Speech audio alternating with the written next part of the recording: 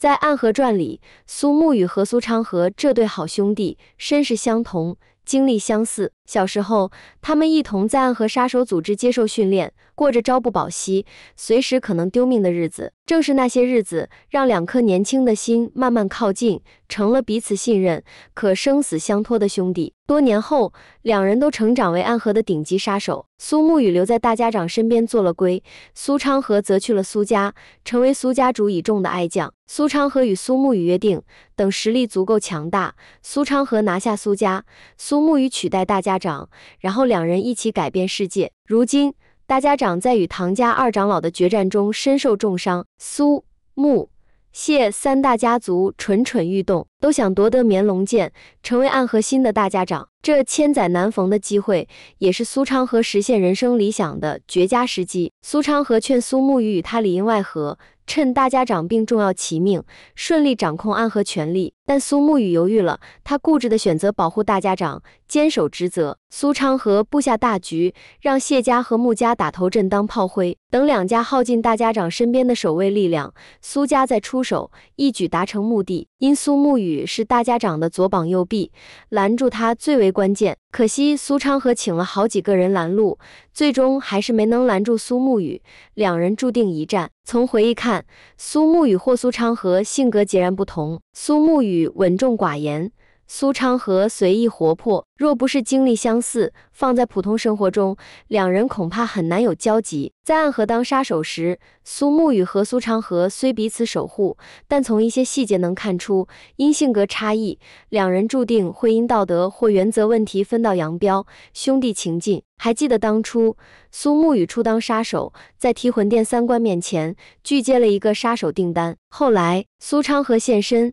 替苏沐雨传话，我兄弟有三不接，屠戮满门的不接，不明缘由的不接，不想接的不接。三官暴怒，正要发作，苏昌河却抛出自己的规矩，苏沐雨不想接的，我全接。苏昌河此举本意是保护苏沐雨，可细想之下，那些苏沐雨不愿杀的良善无辜之人，最终还是会倒在苏昌河的剑下，令人唏嘘。还有一事，在两人只能活一个的淘汰赛中，苏昌河为助苏沐雨胜出，竟对自己挥刀相向，这份兄弟情令人动容，却也细思极恐。若说苏沐雨是有原则、守规矩、有底线的杀手，那苏昌河则截然相反，他更感性，心中无天下大义，无伦理纲常，无道德底线，只要能护兄弟周全，他什么都愿意做。这般极端的感情一旦失控，便会走向对立。若苏昌河与苏沐雨因原则问题产生矛盾，苏沐雨定不会妥协，两人必将分道扬镳，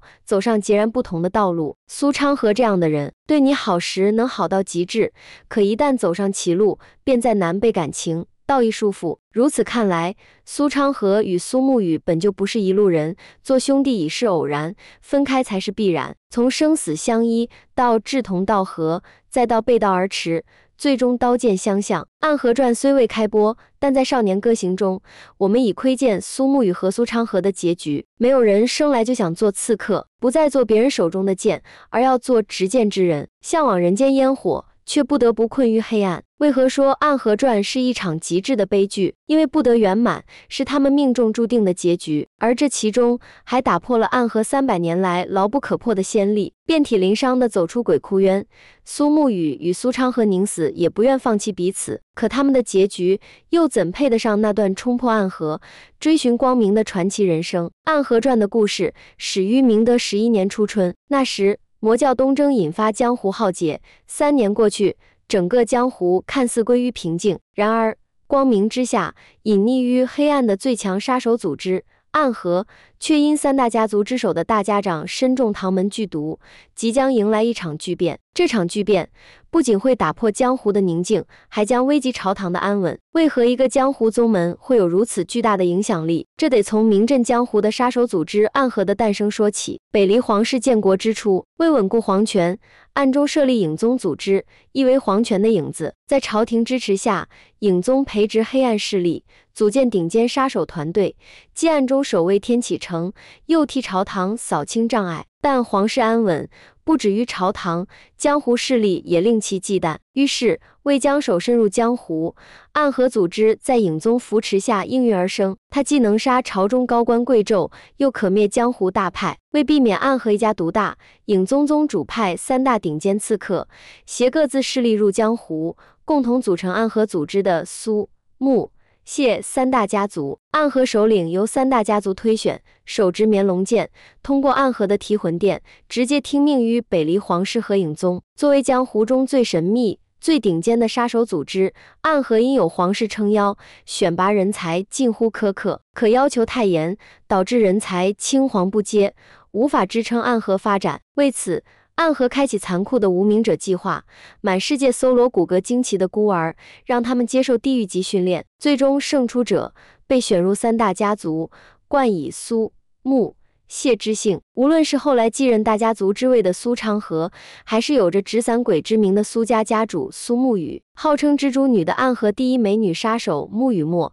还有在无名者计划中幸存的天才少年，都曾是计划中的一员。若不是长在暗河，他本该是一名剑客。一句话道尽了苏沐雨悲哀的人生。都说暗河之人狠辣无情，是非善恶难辨，却唯独有一人例外，是人眼中的鬼，实则心怀善意。恐怖面具之下，藏着的是一张美男子的脸。苏沐雨天生健体，是万中无一的武学天才，本是吴建成卓雨洛之子，名为卓越安。若无双城没有因觊觎吴建成而勾结暗合，将其覆灭，苏沐雨本该拥有光明璀璨的一生。或许这位天资聪颖的吴建成少城主，自幼刻苦修炼，年少时入天启求学，与当时最意气风发的天才少年们结为至交，最终修得至高剑术，成为江湖神话之一的逍遥剑仙。奈何命运无常，吴建成一朝陨落，卓家满门尽灭。卓越安被父亲拼死护送，推入河道，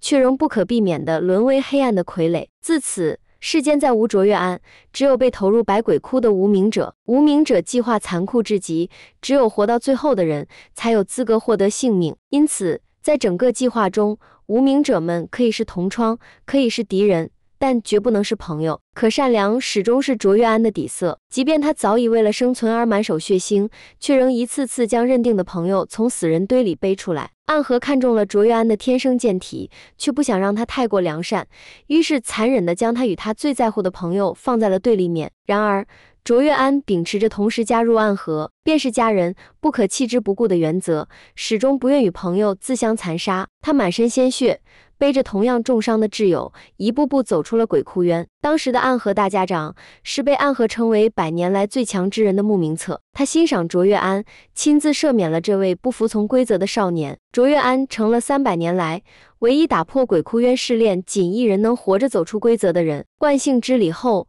吴建成的少城主消失不见，只留下暗河的苏沐雨，而一直被他保护的挚友正是苏昌河。事实证明，穆明策当初的选择没错，无论是苏沐雨还是苏昌河，都成长为暗河组织的佼佼者。苏沐雨对苏昌河有救命之恩，苏昌河一直把苏沐雨当亲弟弟。他们性格迥异，苏沐雨沉默寡言，苏昌河张扬外向。后来他们成了令江湖闻风丧胆的魔头，一个号称纸伞鬼，一个号称送葬师。同样经历过年少时的杀戮，他们都厌倦了这种生活，曾共同立下誓言，要带领暗河走向光明。作为年轻一代的杰出弟子，苏沐雨天赋更高，但苏家家主却更喜欢心狠手辣的苏昌河。后来，苏沐雨被穆明策任命为杀手团朱影的首领，归属于暗河，却不再属于任何一个家族。苏昌河则深受苏家家主信任，留在苏家成了家主的左膀右臂。明明一个从善，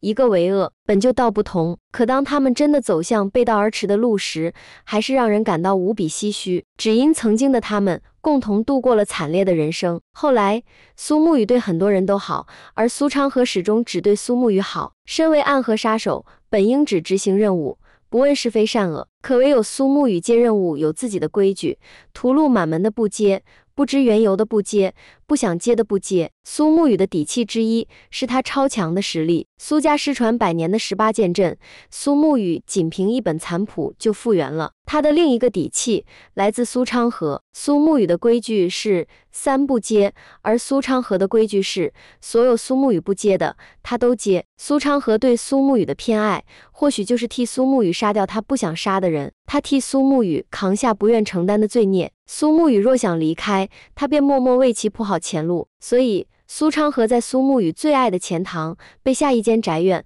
还在院中埋下诸多银两。苏昌河虽有送葬师之名，却直言谁都能死，唯独苏沐雨不行。从少年到中年，苏昌河几乎一直伴在苏沐雨身旁。他陪苏沐雨练成18剑阵，明明最爱热闹，却愿陪苏沐雨做最无聊之事。可这对生死相依，虽无血缘却胜似亲生的暗河兄弟，最终还是走上了不死不休的对立之路。在《少年歌行》里，苏昌河死于苏沐雨之手。若说这是反派的必然归宿，那看过《暗河传》便会发现，那一幕实在令人意难平。苏沐雨自幼时家族覆灭，便不断失去，最终连最珍惜的兄弟也死在自己手中。而苏昌河的结局早有预兆，他先是偷练研魔掌禁术，后又对暗河弟子施下药人之术。从慕名册与唐门二老爷对决，身中剧毒血落一枝梅，遭暗河3大家族联手追杀起，暗河脱离皇室与影宗的计划便拉开帷幕。这期间，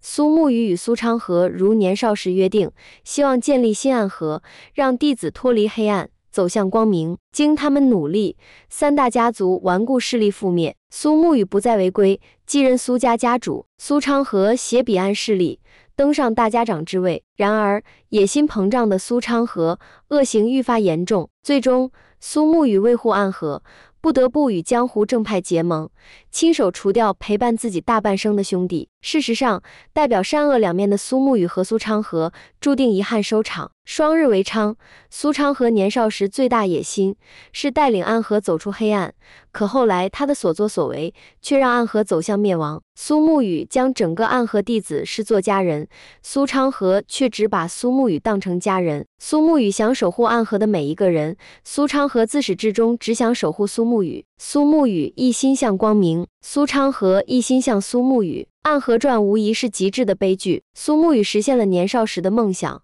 却失去了所有珍视的人。